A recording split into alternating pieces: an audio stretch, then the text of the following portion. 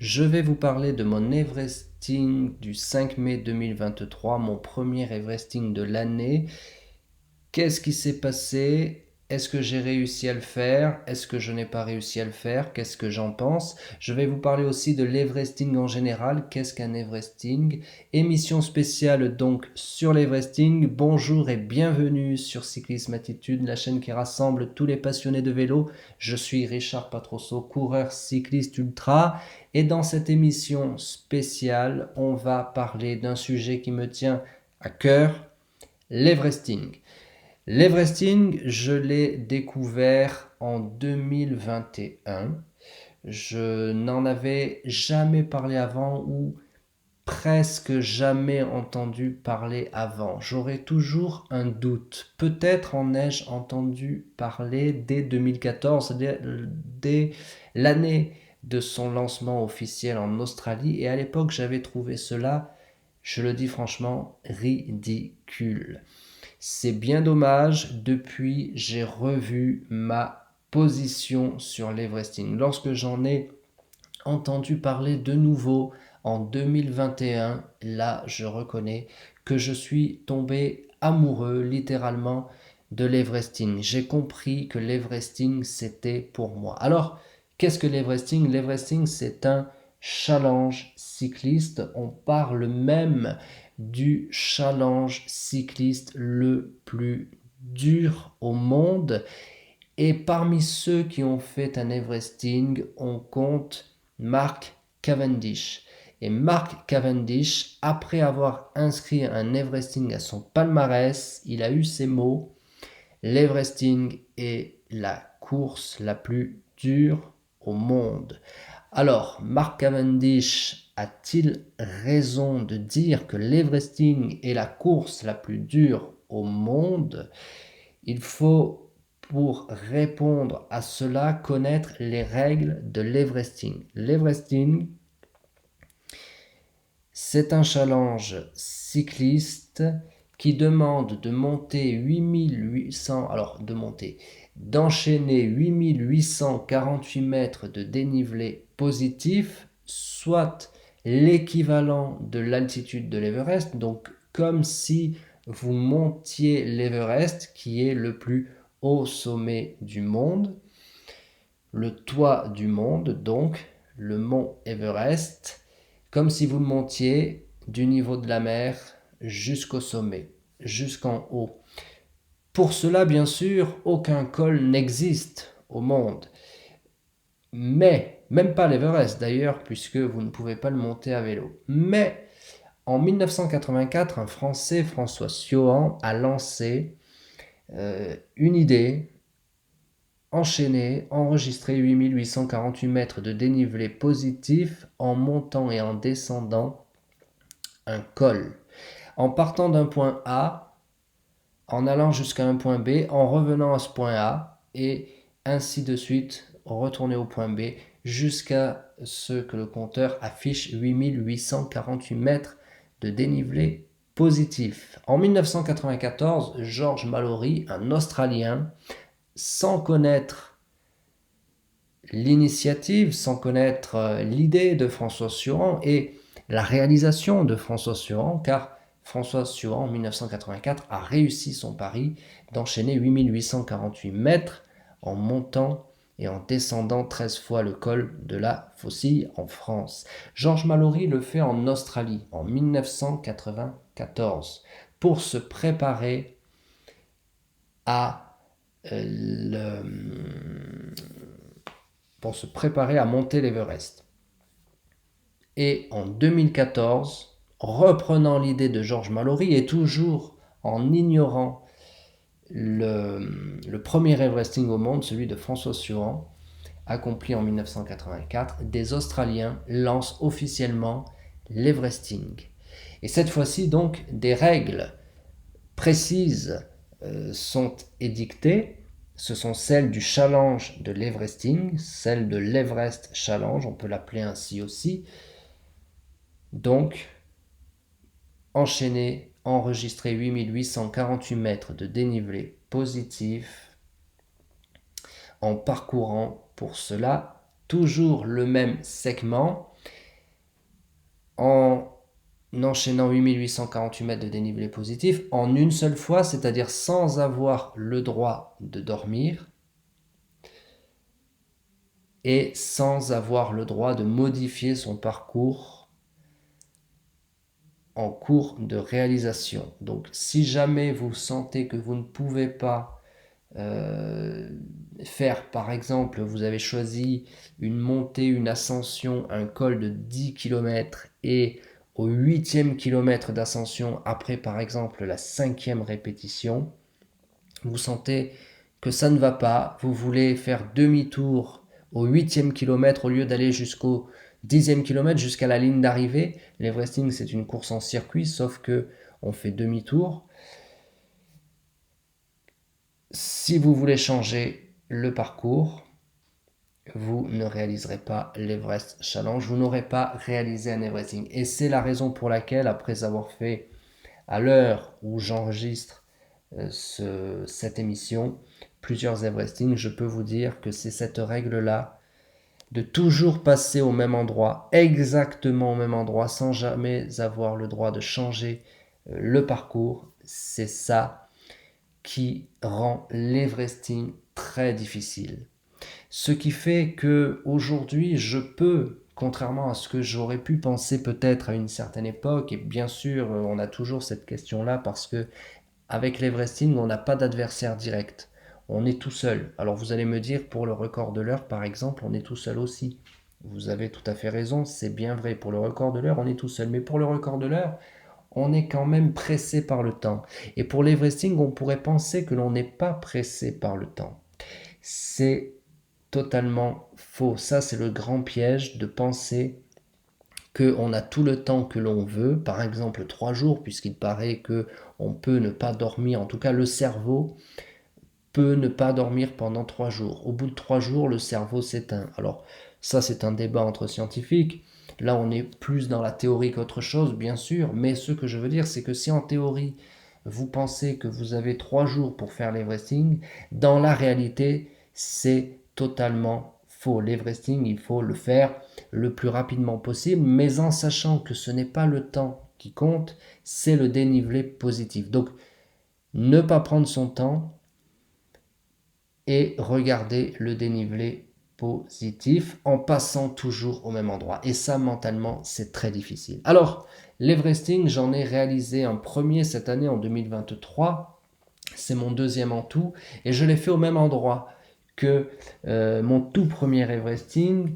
Il n'était pas prévu cet Everesting en 2023. Et puis, je l'ai fait par amitié pour des organisateurs parce qu'il est très important de soutenir les organisateurs de courses, surtout quand on est en France, car les courses de vélo disparaissent de plus en plus. Donc j'ai voulu soutenir la course à étapes, la seule course à étapes qui passait par les Hautes-Alpes et dont une arrivée était prévue, une arrivée d'étape, la deuxième étape arrivée à Lagran, là où j'ai fait mon premier Everesting, donc l'année dernière en 2022. Donc cet Everesting à Lagran, je dois dire une chose, c'est que je pensais que ça serait facile de faire un Everesting là où j'en avais déjà fait un. Eh bien, je peux vous dire, maintenant que l'Everesting est terminé, que ce fut une très grande erreur. Alors, le dimanche 4 mai 2023, j'étais très détendu, j'étais même trop détendu et je me disais que j'étais trop détendu, que ça n'allait pas. Que ce n'était pas une bonne chose de prendre cet Everesting autant à la légère et qu'il allait m'arriver quelque chose. Et puis j'ai pris le départ de l'Everesting le matin à 7h du matin, donc le lundi 5 mai 2023, au pied de la Grande, donc précisément au carrefour du 8 mai 1945, donc toujours au même endroit, et je me suis élancé pour une première montée de 950 mètres. 950 mètres. Là, j'ai quelque chose à dire aussi par rapport au parcours choisi. C'est que sur Strava, le parcours, on m'annonce 59 mètres de dénivelé positif pour une montée de 950 mètres. tous les altimètres, aucun altimètre ne m'annonce 59 mètres de dénivelé positif. Vous pouvez aller vérifier sur Google Earth. Je crois que sur Google Earth, on annonce peut-être même 64 mètres. En tout cas, entre 60 et 64 mètres. Peut-être que le bon dénivelé positif, c'est minimum 62 mètres. 60 mètres, ça me paraît peu. En tout cas, je crois qu'un altimètre, quand... Alors, il faut savoir une chose, c'est que pour mesurer l'altitude et donc le dénivelé positif, il faut qu'il fasse beau, que le ciel soit dégagé, qu'il n'y ait pas de nuages, qu'il ne fasse pas nuit. Et s'il fait nuit, bon, on n'enregistrait pas un parcours lorsqu'il fait nuit, bien sûr, mais s'il fait nuit, il faut aussi qu'il n'y ait pas de nuages. Donc, sur les 59 mètres, moi, je ne suis pas d'accord avec ce que dit Strava. Je pense que c'est une estimation très basse et même erronée. Mais enfin, peu importe, j'ai fait un Everesting à cet endroit-là l'année précédente. J'étais prêt à refaire un Everesting avec 59 mètres de dénivelé positif, même si tous les autres altimètres, encore une fois, bon, Strava, vous allez me dire que Strava n'est pas un altimètre, mais tous les altimètres m'indiquent au moins 62 mètres. Donc, je partais confiant sur ça parce que j'avais déjà fait un Everesting, j'avais poussé, je m'étais fait plaisir lors de ce premier Everesting. Ça avait été très dur mentalement aussi, mais dans les 2 dernières heures, j'étais tellement content de faire cet Everesting et de réussir ce premier Everesting le 12 septembre 2022 que j'avais voulu pousser jusqu'à faire 300 km à vélo, l'équivalent de Milan-San Remo, sauf que il y avait 150 km de montée. Donc, bref, je m'étais fait plaisir, j'avais fini à peut-être 3 heures du matin, mais c'était un choix de pousser jusqu'à 300 km au lieu de faire 275 km, les 275 km demandés pour faire cet Everesting là, enfin pour réussir un Everesting à la grande. Et donc là, je m'étais dit, je ne vais pas aller jusqu'à 300 km, je vais faire 275 km, c'est-à-dire 142 montées et demie, donc 143, et j'avais prévu, donc vous avez peut-être lu les journaux, entendu à la radio aussi, vous m'avez donc peut-être lu et entendu dire que j'allais faire 143 montées. Secrètement, j'avais prévu d'en faire 145 pour qu'il n'y ait pas de problème, pour qu'il ne me manque pas 1 mètre lors de l'homologation de mon Everesting. Donc, première montée, alors que j'étais vraiment détendu, calme, tranquille dans ma tête, ce 5 mai 2023, qui n'était pas un lundi d'ailleurs, mais un vendredi. Je vois qu'il y a une erreur. Donc c'est bien un vendredi, j'avais choisi puisque la course c'était le samedi 6 mai 2023. Donc le vendredi 5 mai 2023, je m'élance à 7h du matin. Première montée, un mal de jambes terrible. Et je me suis dit, il va m'être très difficile de faire un Everesting. En réalité, je me suis même dit, ça va être impossible. Sauf que ça ne peut pas être impossible puisque je me suis engagé à le faire. Donc je ne savais vraiment pas comment j'allais faire. Bref, au bout de la première heure, ça allait, ça allait mieux. Et en général, c'est vrai, pour le premier Everesting aussi, il m'avait fallu 1 heure pour aller bien, pour me sentir bien. En fait, c'était l'échauffement. Donc, oui, je suis parti à froid. J'ai fait 20 pompes avant de monter sur le vélo. Et après, j'ai pris le vélo, je me suis rendu au point de départ et j'ai fait la première montée. Donc, première montée, énorme mal aux jambes. Je pensais que j'allais pas pouvoir y arriver. Au bout d'1 heure, j'ai mangé un œuf pour savoir qu'est-ce que j'ai mangé. J'ai mangé un œuf dur. À la 2e heure, j'ai mangé un œuf dur. Et après, on va parler de ce que j'ai mangé ensuite. Il faut savoir une chose, c'est que cet Everesting avait été annoncé dans les médias, donc la presse écrite, la presse en ligne, la radio, Et donc, beaucoup de personnes, et d'ailleurs en haut de l'Agrand, vous avez un écran, et sur cet écran, je ne m'en suis aperçu que le soir quand il faisait nuit. Il y avait ma photo avec l'affiche de mon Everesting, donc avertissant toute la population que je faisais un Everesting. Et puis des officiels de la FFC, comme François Conti, président d'honneur de la FFC 04, puisque je suis licencié FFC. François Conti avec Gérard Marcero, d'ailleurs président de la TCC 04, organisateur des Boucles du Verdon, qui est une cyclosportive, la cyclosportive de référence dans le 04, le département des Alpes de Haute-Provence. Je précise que l'Agrand ne se situe pas dans les Alpes de Haute-Provence, mais dans les Hautes-Alpes. Donc, le président de la FFC, président d'honneur de la FFC 04 avec François Conti avec Gérard Marcero m'ont fait l'amitié de venir me soutenir, et je profite d'ailleurs de cette émission pour les remercier, ainsi que remercier toutes les Lagrandaises et tous les Lagrandais, donc tous les habitants du village de Lagrand, et puis aussi tous les promeneurs, toutes les personnes, tous les touristes qui étaient là ce jour-là en haut de Lagrand. Vous avez une auberge, donc certaines personnes étaient venues manger, et toutes ces personnes m'ont encouragé. Donc par exemple, j'avais des villageois qui étaient là à leur terrasse, qui étaient là à leur fenêtre. Lorsqu'il a fait nuit, par exemple, ils ont tapé à leur fenêtre, donc je les en remercie. Merci infiniment à eux de m'avoir encouragé, surtout que cet Everesting a été très difficile. Donc au bout de la première heure, ça allait mieux. Quand le public, c'est vrai que l'Everesting, on pourrait penser qu'on peut ne pas avoir de public, et puis là j'ai eu un public comme lors des courses, et c'est vrai que de monter et descendre à chaque fois, surtout que la grande, ça demande en réalité, alors bien sûr qu'il faut se gérer, il faut entre guillemets se freiner, mais ça demande de monter au sprint puisque vous montez 950 mètres. Donc, quand vous êtes entraîné, et forcément, pour un coureur cycliste, 950 mètres de montée, et encore les 200, allez, on va dire les 300 premiers mètres, c'est du faux plat montant. Donc, après, donc ça veut dire que ça fait 650 mètres peut-être de montée. Donc, avec une longue ligne droite après les trois premiers virages, qui sont d'ailleurs, qui doivent être à plus de 12%. Cette longue ligne droite, donc tout est fait pour que l'on monte au sprint, et forcément pour un Everesting qui est une course d'endurance, c'est très piégeux. Mais en tout cas, je me suis laissé prendre au jeu.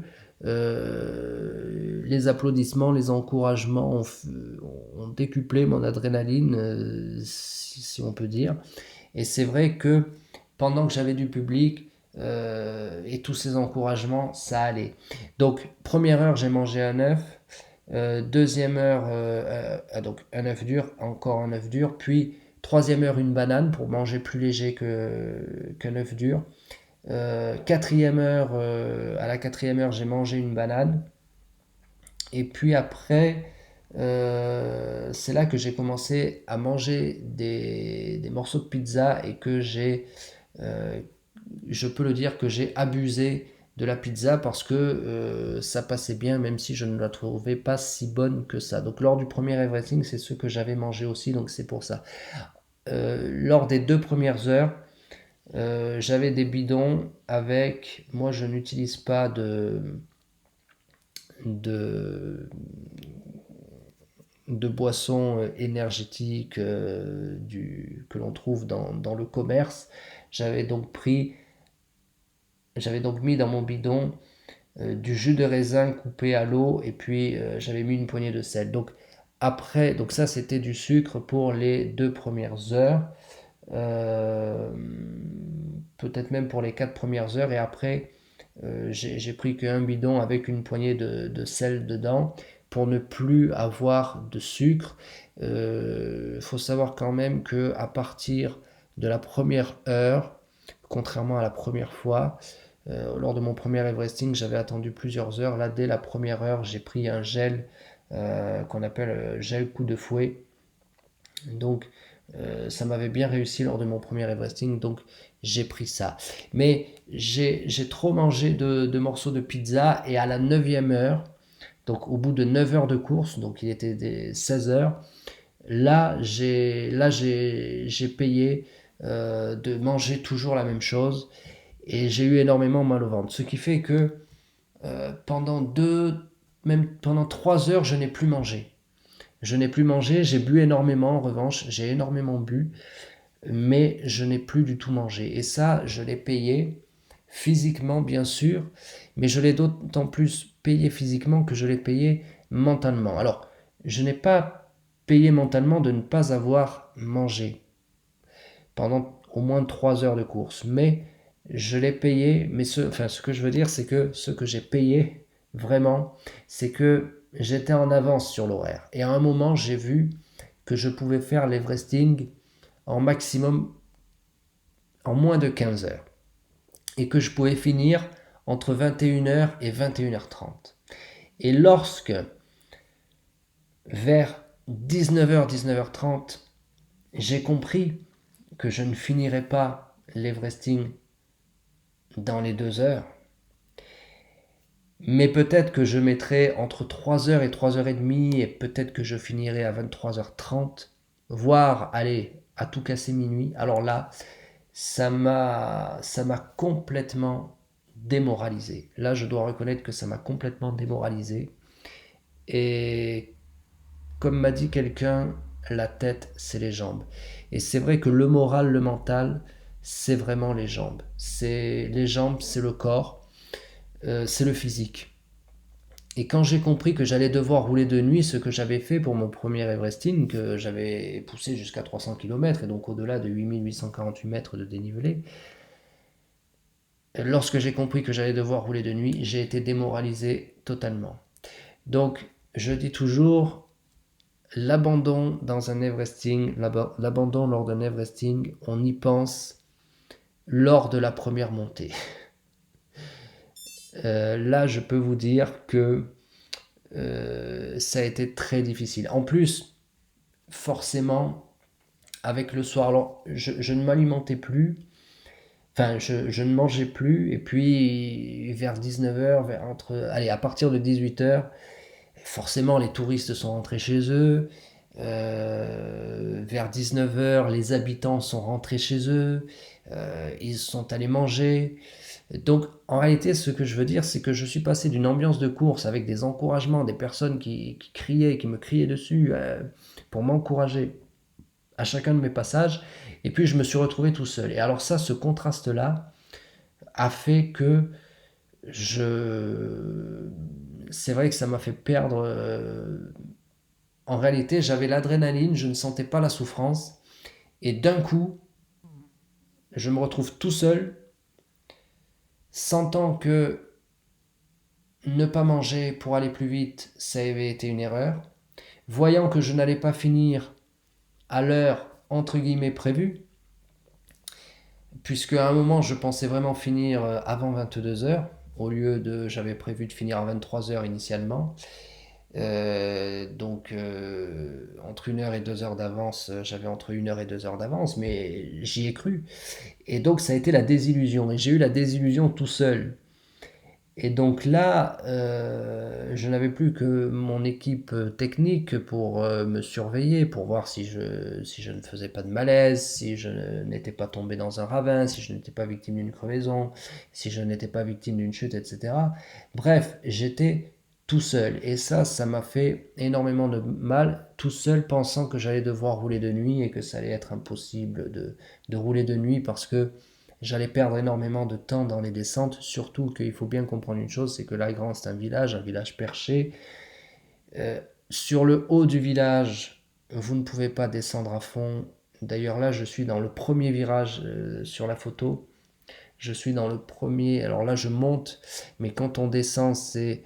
bon, on peut dire que c'est le deuxième virage, mais en réalité c'est le premier virage du village, c'est le deuxième virage de l'Everesting, mais c'est le premier virage du village. Après, si vous regardez un peu plus bas, vous voyez la route en gris à gauche. Encore un virage avec aucune visibilité, donc ce que je veux dire, c'est que je ne pouvais pas aller à fond. Et en réalité, mon compteur affichait 50 km/h à la fin de la ligne droite, juste avant un virage en épingle à cheveux. Donc au moment où il fallait freiner fort, très fort. Donc la moyenne de la descente À la grande, ça devait pas être du 35 km/h, quoi. Franchement, si c'est 35 km/h, c'est 30, non, c'est impossible. Donc ça doit être du 30 à l'heure. Vous descendez à 30 à l'heure, vous montez comme vous pouvez. Comme c'est une course d'endurance, il faut savoir se gérer. Donc ce que je veux vous dire, c'est qu'il ne faut pas chercher à monter à 20 à l'heure en réalité. On ne va pas faire un com lors d'un Everesting, hein, un com sur Strava, donc King of Mountain, c'est-à-dire celui qui monte le plus rapide. Sinon, l'Everesting, vous ne pouvez pas le faire. Donc ce que je veux dire, c'est que vous allez monter peut-être à 12 km à l'heure pour être bien, rythme de croisière, et vous allez descendre à 30 à l'heure. Donc si vous faites le calcul, forcément, si vous mettez 15-16 heures pour faire l'Everesting, c'est très bien. Bon. Euh, j'ai eu le moral cassé. J'ai fini à 1h du matin. J'ai fini à 1h du matin, vous pourriez me dire que c'est bien parce que c'est un peu plus de 17 heures de course, à peu près 18 heures de course. Sauf que à 8h du matin, le, lorsque j'ai arrêté mon compteur Garmin d'abord et mon compteur Strava, donc au 275e kilomètre, après 145 montées, là, que s'est-il passé? Ni le compteur Garmin, ni le compteur Strava n'affichaient 8848 mètres de dénivelé positif. Ce qui mathématiquement était une erreur. Donc là, j'avais deux solutions. Soit j'arrêtais et je portais réclamation, soit je continuais et je m'épargnais de toute polémique. Je peux vous dire que à ce moment-là, mon équipe technique était là pour filmer. Quand je leur ai dit, et j'étais le premier surpris, il manque encore l'équivalent de 2 fois 5, 10 montées. Alors je ne sais plus si je leur ai dit qu'il manquait 10 montées, parce que lorsqu'ils ont vu l'expression de mon visage, lorsque je leur ai annoncé, je ne sais plus ce que je leur ai dit, mais ils ne voulaient pas que je continue parce que même si moi j'avais pris le départ à 7 heures, eux s'étaient levés en même temps que moi, c'est-à-dire à 5 heures du matin. Donc euh, j'avais compris une chose, c'est en plus mentalement je voulais plus. Donc pour faire 155 montées au lieu de 145, je savais que j'allais mettre 2 heures. Donc au début je faisais 10 montées par heure, ce qui était un bon rythme de croisière. Bien sûr que j'aurais pu essayer d'en faire 11, voire 12. Mais 10, c'était bien et j'arrivais à tenir ce rythme. Les premières heures, je faisais 10 montées par heure. Donc ça, c'était une bonne chose. Et puis quand j'ai arrêté de faire 10 montées par heure, là, ça a été... et donc à 1h du matin, quand je vois ça, je me dis, moi, je ne veux pas de polémique. Je ne prends pas ce risque-là. J'ai annoncé l'Everesting. Je ne peux pas dire ensuite aux journalistes, merci de m'avoir soutenu. Mais mon Everesting, j'ai fait le nombre de montées qu'il fallait. J'en ai même fait de plus. J'en ai fait 145. J'ai fait 275 km. En revanche, je n'ai pas fait 8848 mètres. En tout cas, on ne m'affiche pas 8848 mètres. Donc je sais que j'aurai une polémique et je ne voulais pas avoir de polémique. Donc c'est pour ça que j'ai continué. Mais je peux vous dire que les 10 montées supplémentaires, physiquement, ça allait mieux que la première montée, hein, ça allait mieux que lors de la première montée, mais mentalement, ça n'allait pas du tout. Et à ce moment-là, je me suis dit, comment est-ce que je vais faire? Je me suis engagé à faire d'autres Everesting et je ne vais pas arriver à faire ces Everesting que j'ai annoncé, que j'ai promis. Bref, j'ai quand même fait 155 montées, 295 km après 20h19 de course. Et là, à la fois mon compteur Garmin et mon application Strava m'affichaient bel et bien plus que 8848 mètres de dénivelé positif. Donc l'Everesting s'est terminé à 3 heures du matin. Donc avec mon équipe technique, on a fait presque le tour du cadran.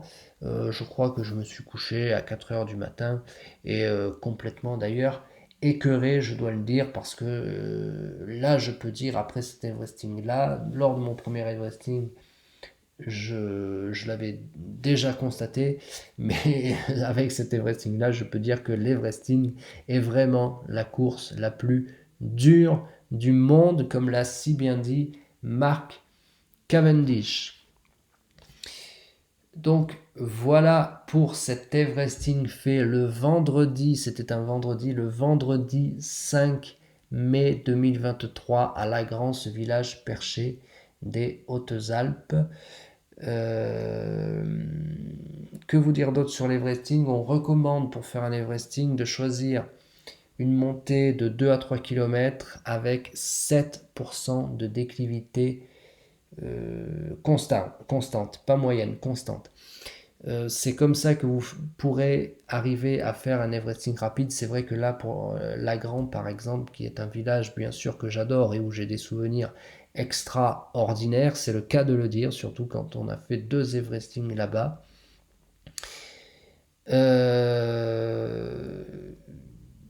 C'est vrai que Lagran ne se prêtait, n'est pas vraiment le terrain pour faire un Everesting. Donc c'est ce qui me rend encore plus, je ne peux pas employer le mot fier, mais enfin je sais pas comment dire ça, mais d'avoir fait un Everesting à Lagran, moi c'est peut-être mon Everesting préféré. Alors pas celui-ci, plus le premier que le second à Lagran, mais c'est vrai que ce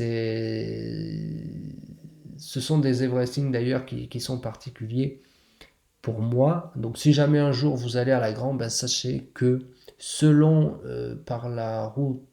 selon la route par laquelle vous monterez à Lagran, vous pourrez emprunter la route donc, où j'ai fait cet Everesting, une route donc, qui a servi comme terrain d'Everesting.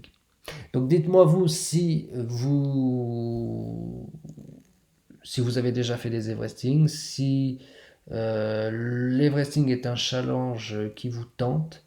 Dites-moi tout ça dans les commentaires. Si vous avez des questions, n'hésitez pas à me les poser dans les commentaires. J'y répondrai avec plaisir. Et puis comme je suis écrivain de métier aussi, je ne suis pas que coureur cycliste ultra.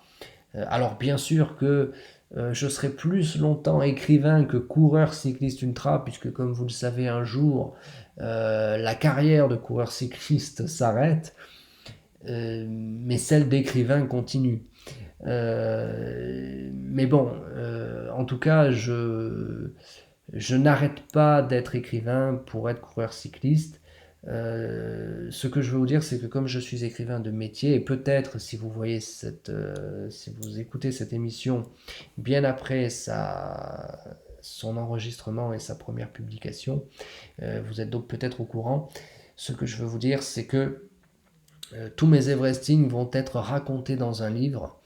Donc, si vous avez des questions, n'hésitez pas à me les poser. J'y répondrai dans les commentaires et puis je m'en servirai aussi pour ajouter mes réponses dans ce livre qui sortira à la fin de l'année 2023 et qui fera donc plus que le résumé, un compte rendu complet de mes Everesting faits en 2023. Donc si vous avez des questions sur l'Everesting, des questions sur la nutrition, sur le matériel, c'est vrai que je n'ai pas là parlé du matériel, j'en reparlerai pour d'autres Everesting, donc très rapidement, mais c'est vrai que c'est important, contrairement au premier Everesting. D'ailleurs, pour le premier Everesting, j'en parlerai aussi dans une émission spéciale. C'était une année particulière, comme vous le savez, 2022. Beaucoup de ruptures de stock, donc j'avais mon vélo d'entraînement, mais je n'avais pas de vélo de course. Ce que je veux dire, c'est que j'avais mon vélo en aluminium avec des roues en aluminium. J'ai pas voulu mettre d'ailleurs mes roues en carbone pour ne pas les abîmer. Et donc j'ai tout fait avec un vélo en aluminium et des roues en aluminium avec un 39. Avec un petit plateau de 39 dents et à l'arrière les 6 premières heures, je m'étais forcé à ne pas mettre le 19 dans, donc j'avais mis 39-21 les 6 premières heures, 39-23 les 6 heures suivantes, et les 6 dernières heures, j'étais passé sur le 39-25.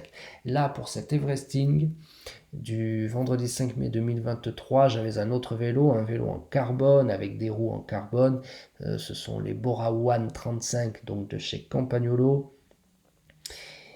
À l'avant, j'avais un petit plateau de 34 dents et j'en reparlerai pourquoi. Et d'ailleurs, je craignais énormément ces braquets-là qui ne sont absolument pas mes braquets.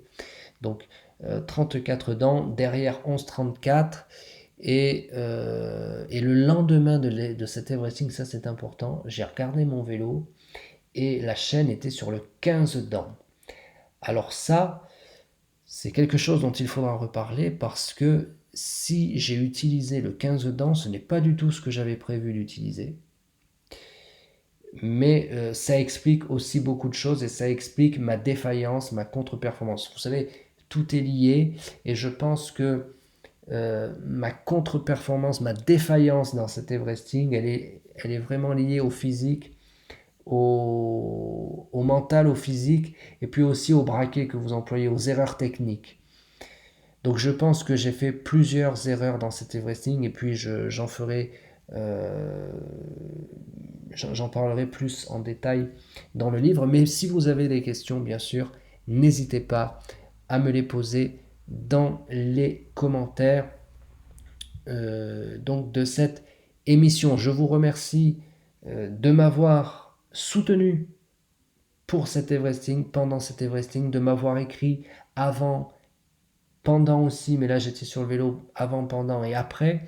Et puis je vous remercie d'avoir écouté cette émission. Je vous remercie infiniment de votre soutien et de votre fidélité à Cyclisme Attitude. Beaucoup de choses vont être publiées dans les prochains jours. Comme vous le savez, je fais un très gros travail et à partir du mois de septembre 2023, normalement, on reprendra le rythme de une vidéo par jour où on parlera d'entraînement, de matériel, de nutrition diététique, etc., etc. On parlera de beaucoup de choses. Donc merci infiniment de votre soutien et de votre fidélité. Je vous dis bonne route à vous, bon entraînement. Et si vous courez, bonne course. À très vite et surtout, gardez la cyclisme attitude.